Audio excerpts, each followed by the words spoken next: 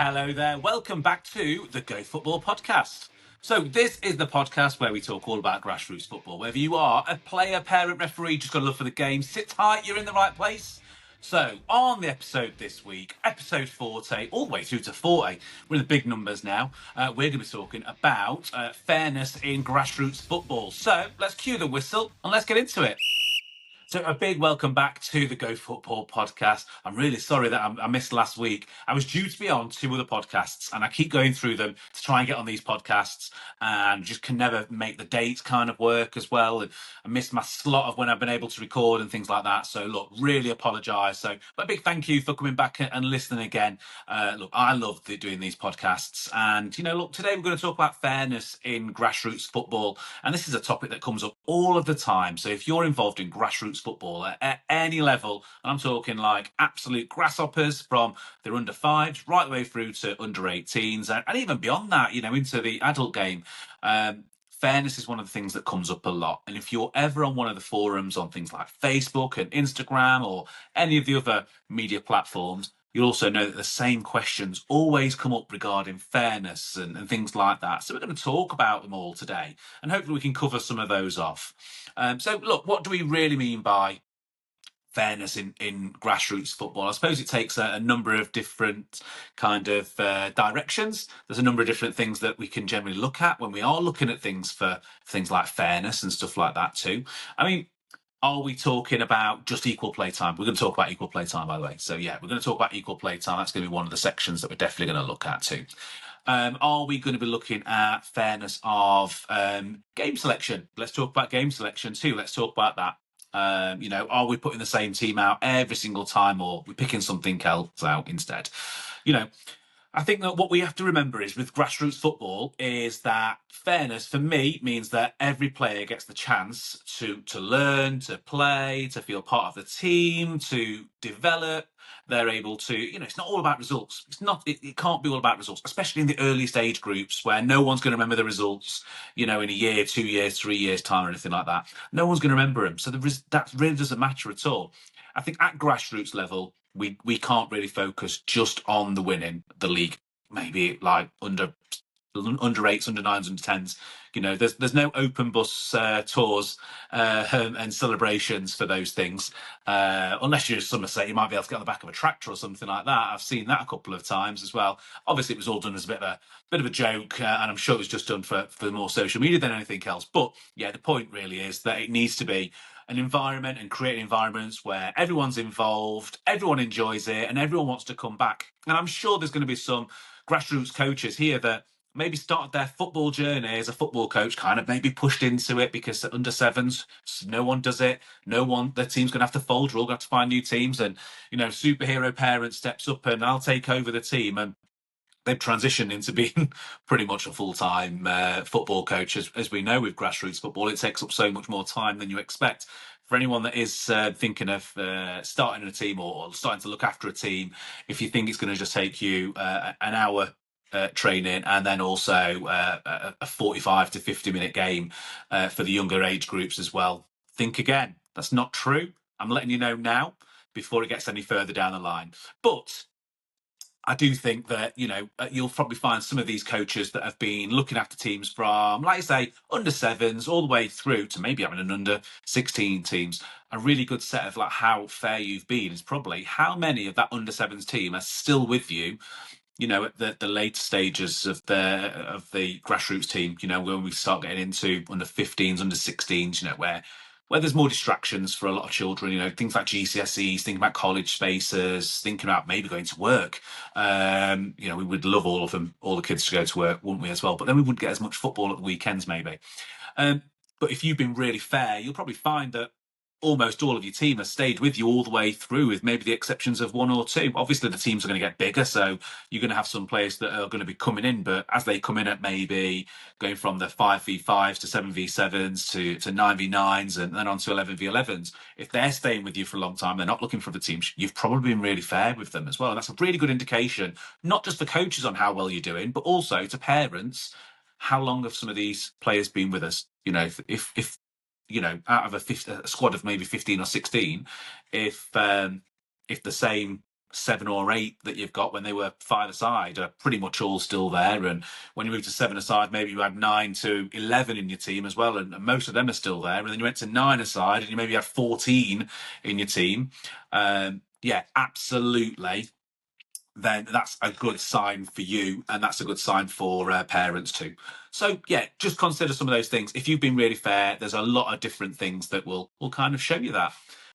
So firstly then, let's go for the biggest debate that there is. So the biggest debate that there is in grassroots football, probably at all age groups, and it's certainly out there on a lot of forums for people to see all of the time as well, is about equal play time. Now, what's your thoughts on equal play time? And I'll give you mine. And this is where I think fairness really comes into it, because equal play time is tricky for everyone. I mean, to be honest, it's really tricky to just get the minutes right, even if you were doing exactly, everyone's doing the same amount of minutes every week for the team that are there, because sometimes it's just tricky to do. And the amount of coaches that are always asking, is there an app, or what do people use, or how do people work out their equal play time, is always a little bit different, isn't it? So, if it is going to be a little bit different, do you still need to try and keep it fair? What we always have to remember is grassroots all about winning? I kind of mentioned earlier as well that for me, it's not all about winning.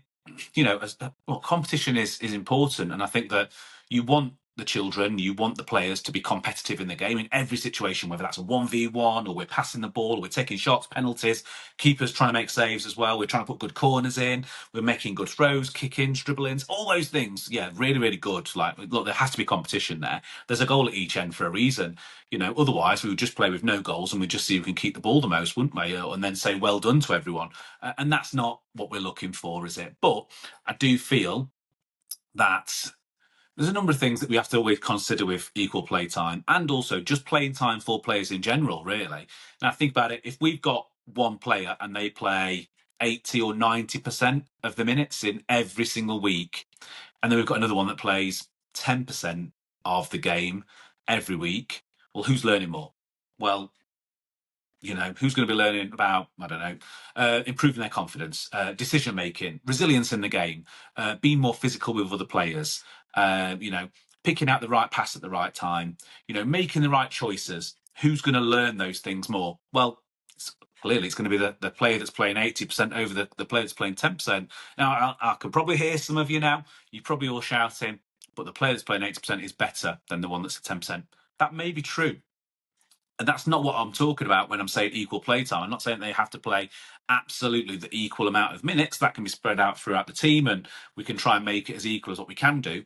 But what you will get is, if you're playing 80 and 10%, and we're playing in those two differences, the player that's better is only going to get even better and further away from the player that's only been playing 10% of minutes. And he's never going to be able to catch up, or she's never going to be able to catch up with the player that's playing more minutes, which means their confidence is going to decrease as well. Their decision making is not going to be very good, because they've only got 10 minutes on the pitch. And, if you look at some youth games, how many times does a player get to actually kick the ball in 10 minutes? Well, sometimes it's not that many, especially if you've got a couple of players on the other side, or you're playing a team that's really good and they're able to keep the ball lots. It's going to be really tricky to, one, win the ball back, and make sure that player that's got only playing the 10% of the minutes is going to get the ball and be able to do something. And if they do get it, what are they going to be able to do with it?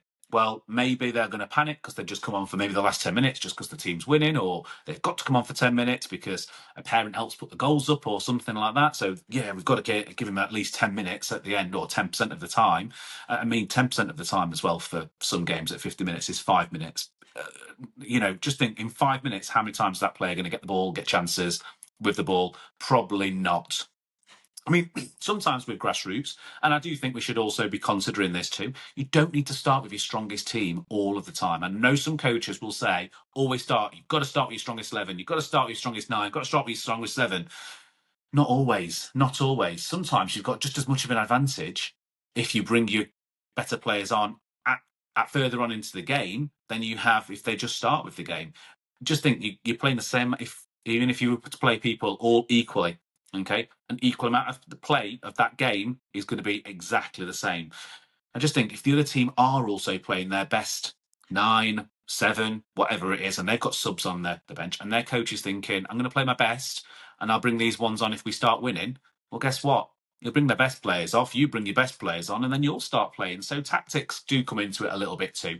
But what I do think is if you were going to leave someone on the bench and they're going to turn up to be a substitute every single time, let's not call them game changers either. I know they can change the game when they're in there, but you're putting on the bench, and from their point of view, they're not game changers. I'm second rate. I'm not able to go on the pitch ever.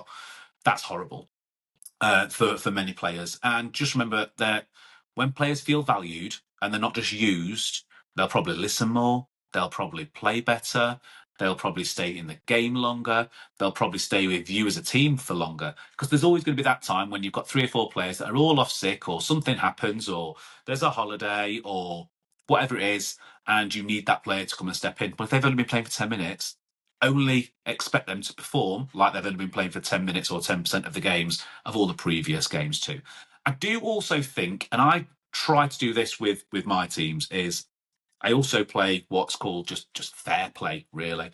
And that is where I've had players before that they're just not physically ready to maybe play for a full half. So there's no way that they're going to play a full half. In fact, some of them, 10 minutes is probably about the right amount of time, or 15 minutes is probably about the right amount of time. So they'll play 15 minutes and they'll come on, off and on. And I would say to grassroots coaches and also parents, if there's an availability that you're playing at youth level and there's roll on, roll off subs, just use that roll on, roll off all the time as well. But you can keep putting players backwards and forwards as many times as what you want.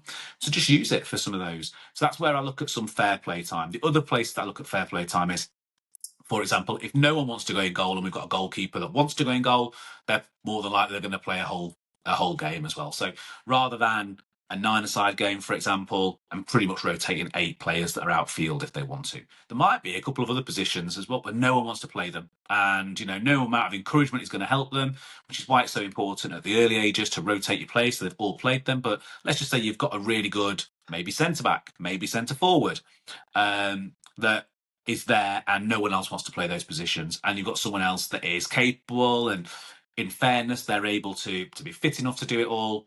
Maybe leave them on for the whole game. I may do that, and I might rotate the players if they are like, no, I only want to play midfield. I only want to play this position. I only want to play that position. I don't want to play centre back as well. I panic. I don't like it. You're going to make me feel uncomfortable with it.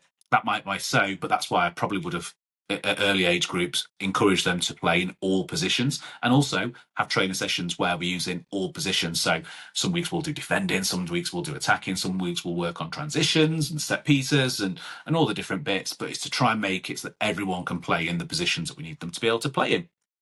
So that's what my thoughts are on equal play time and what I would really class as like fair play time, really, as opposed to anything else. So next segment that we're going to look at then, let's have a look at building positive environments as well. Because I think that with fairness, you'll notice a lot of fairness that comes from grassroots is probably comes from the training pitch, not just on game day. Game day is very much competitive. Training is everything that we're doing on the lead up to it as well. But honestly, every time I've been involved with a grassroots team, or I've been out and refereed for a grassroots team, I can tell this straight away. The teams that I've seen that have been better are the ones that give the right environment for it. So positive environments, we've talked about that positive reinforcement that parents can do, and I'll mention that in a little bit.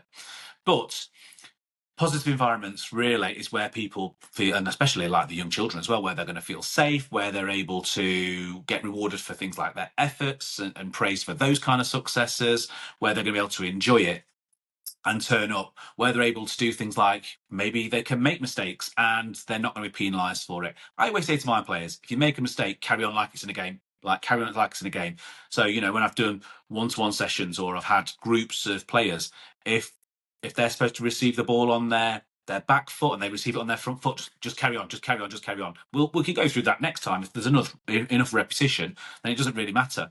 But just make sure we keep on playing. And they can make mistakes, and I'm pretty certain, unless any of them are listening and want to come in, I'm happy for them to make mistakes, and then we can talk about those mistakes afterwards, or we can coach individual points, or we can go in there and put an intervention in at a time that we need to, where we feel like we need to, but in a supportive way to make them realise that. Because I think that for a lot of coaches, just focusing really on development over dominance is really important for you. If you develop players right, then they perform well on the pitch as well. I think if you can say to every player when they come off the pitch, Even the ones that haven't scored or saved a penalty or particularly had a good game as well, if they feel like they've contributed, I think that for a coach, that's success. And also for parents as well, that's success. If your child walks off a grassroots pitch, they feel like they've contributed to the game. They feel like they've had a good game. They feel like they've performed well. They've enjoyed what they've done, even if the scoreline was like, I don't know, they've just been absolutely thumped 5-1 or something like that. Although, some people probably prefer me to say 6-7-0 or something like that. There we go, finally done it. But I think that what you'll find is that that's a positive environment that they're going to be in, and the teams and the clubs that have the better environments are much better. And again, like just going back to what I said earlier, the coaches that have been coaching teams since they were under sevens, under eights, under nines, under tens, that are still at 15, 16, 17s, maybe, or even under 18s, that have still got a core of those players, probably showing that you're being really fair with those players, that they trust, they feel involved, they feel encouraged, they probably felt like they can make mistakes when they need to make mistakes, and they're all really good things. I think the role for parents as well is one of those things. Look, there's some horror stories at the minute, isn't there? All you've got to do is just look at any grassroots as well. But this is what I'd say to parents. For the teams that perform better, especially at the very, very youngest ages, is that every parent encourages every child that's on the pitch. Every single one, not just their own, every single one as well. So if the keeper makes a save, everyone's well done to the keeper.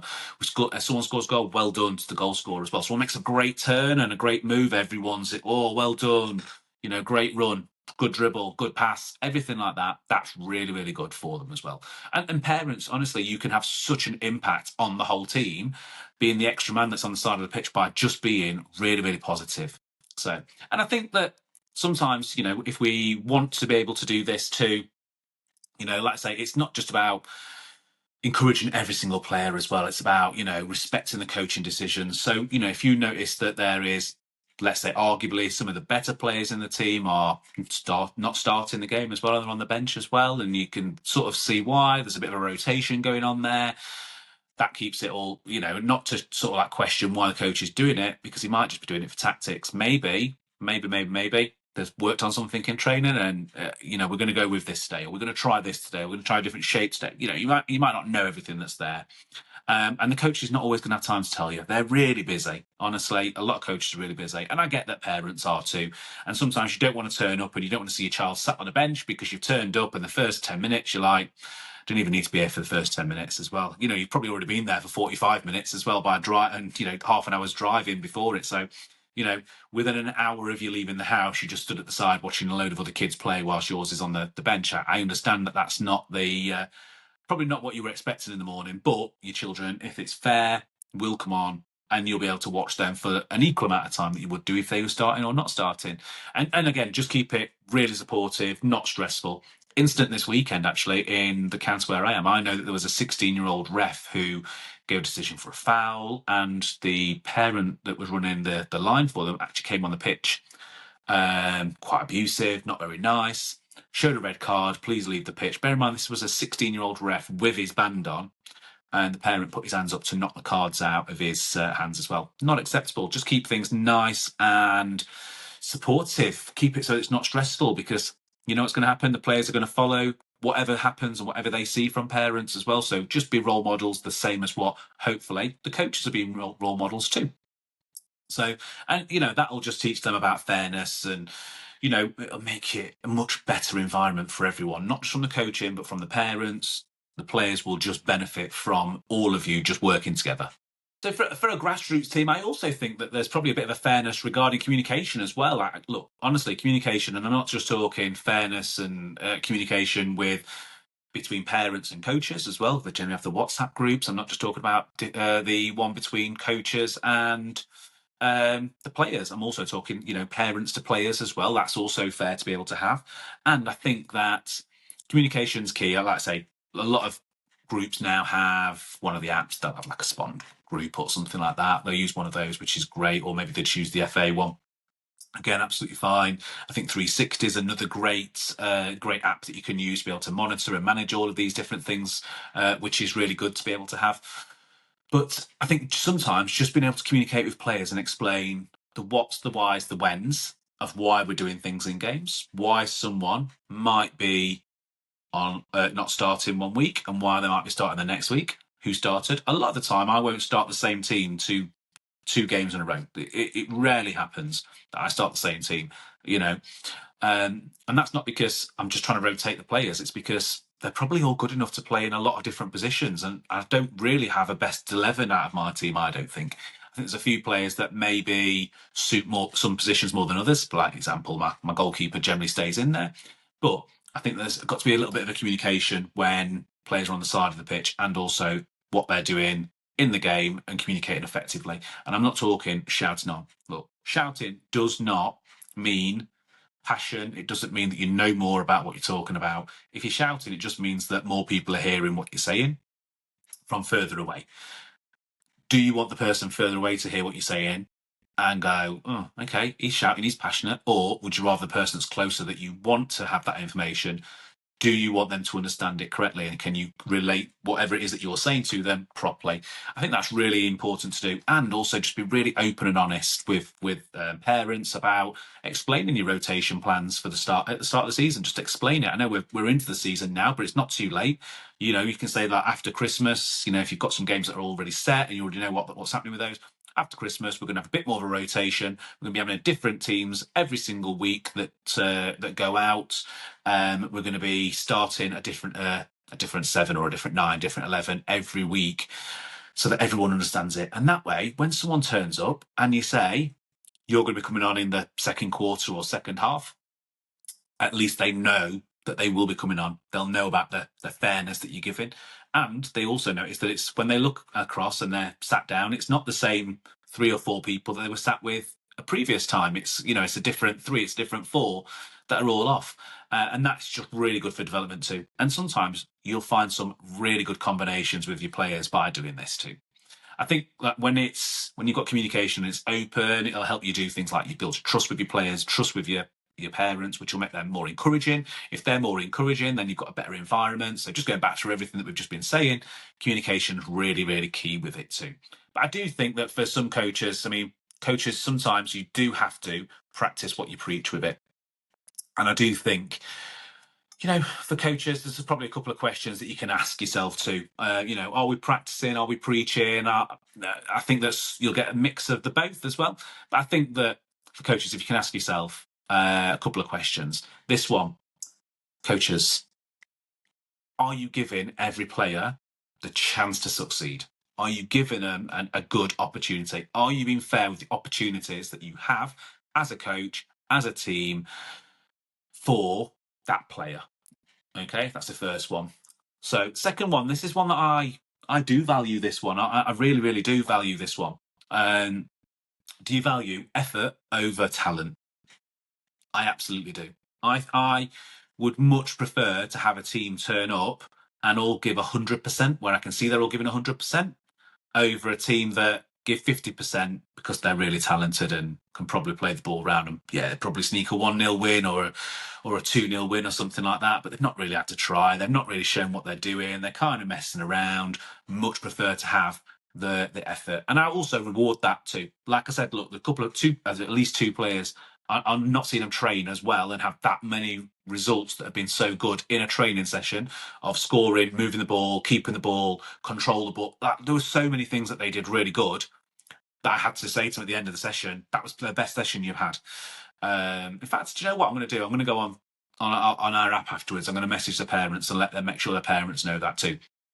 And also, you know, have you created a positive and inclusive environment for everyone so that everyone feels comfortable, everyone feels safe, they feel like they can make mistakes, they can turn up to learn, that they don't feel like they've got too much pressure on them? Because if you put too much pressure on in training sessions and your players turn up to a game and things start going wrong, that's when you can instantly see that that team probably hasn't had the opportunities to make mistakes in a safe environment. And that's when you can see players losing their temper, hitting the floor, kicking the floor, knocking things away, screaming, shouting, start having to go in at their own players is also another one. You can see all of those things. They probably haven't been able to get things wrong in their sessions, or their sessions are so structured. And by being so structured, I don't mean we know what we're doing by minute, but it's very much a case of if you pass it to someone that's on a cone, if it doesn't go near their feet, then nope, do it again. Nope, do it again. Nope, do it again. Instead of, if you're on a cone, it's not coming to your feet, move to the ball, because that's going to happen in a game. So just move to it, okay? Like sometimes I'll say to them, look, if you can do this in 2 touches, they take 3 touches, it's not a problem. It's just like, how many touches are we supposed to be trying to get it in 2? Okay, no worries. If it happens in 3 in a game, it happens in 3 in a game. I don't mind with that. So that's where fairness really is for me, and I really think that there's a couple of things that we can do. But again, ask those different questions, coaches, as well. You know, have you given every player the chance to succeed? Do you value efforts over talent? Have you created a positive environment that's inclusive for everyone? You know, if you can answer those 3 questions and, you know, you can give yourself the answers, some coach should be able to reflect really well and go, do you know what? Actually, yeah, I think I do actually value talent, or I've been valuing talent more than the efforts. I'm just going to go and say really well done to these players. That's great. That's a great move. For me, that's a great move anyway. So that's it from me today with the Go Football podcast as well. Look, thank you very much for coming back, tuning in, listening through to the podcast. I'm up to 40. I don't think I'm going to get a whole 52 in, aren't I, this year? I'm pretty certain of it. Now, I know I keep promising this. I do have guests that are coming on. They've both been messaging me today. So I know that we are going to get them probably this week or next week as well. And those episodes are going to be out. If you've listened right to the end, we are going to do an episode all about female football and girls football and women's football. There's a coach that's going to be coming on who has got some brilliant stats, and I love the stats. I know I've mentioned it before. We've just not been able to get the right time in between each other to actually go on there and actually make a record and do the podcast. But it looks like it might happen tomorrow. So if it does, that will be the next episode. But in the meantime, if you have listened and you also want to just message in, then you can do. You can get me at gofootballpod@gmail.com. Get me on all the socials too. You know, if you go to things like TikTok, Facebook, you'll see things like session plans, you'll see games, drills, practices, a little bit of comedy in there too. But you'll see all of those different things, and you can do that by just searching for Go Football Coaching. If you search for any of those, that'll pop up. It's the same logo that you'll see. It's all in yellow, and you'll see all those things. So until next time, thank you very much for listening. You know, obviously, look, keep it all grassroots as well. And this one has been about fairness in grassroots.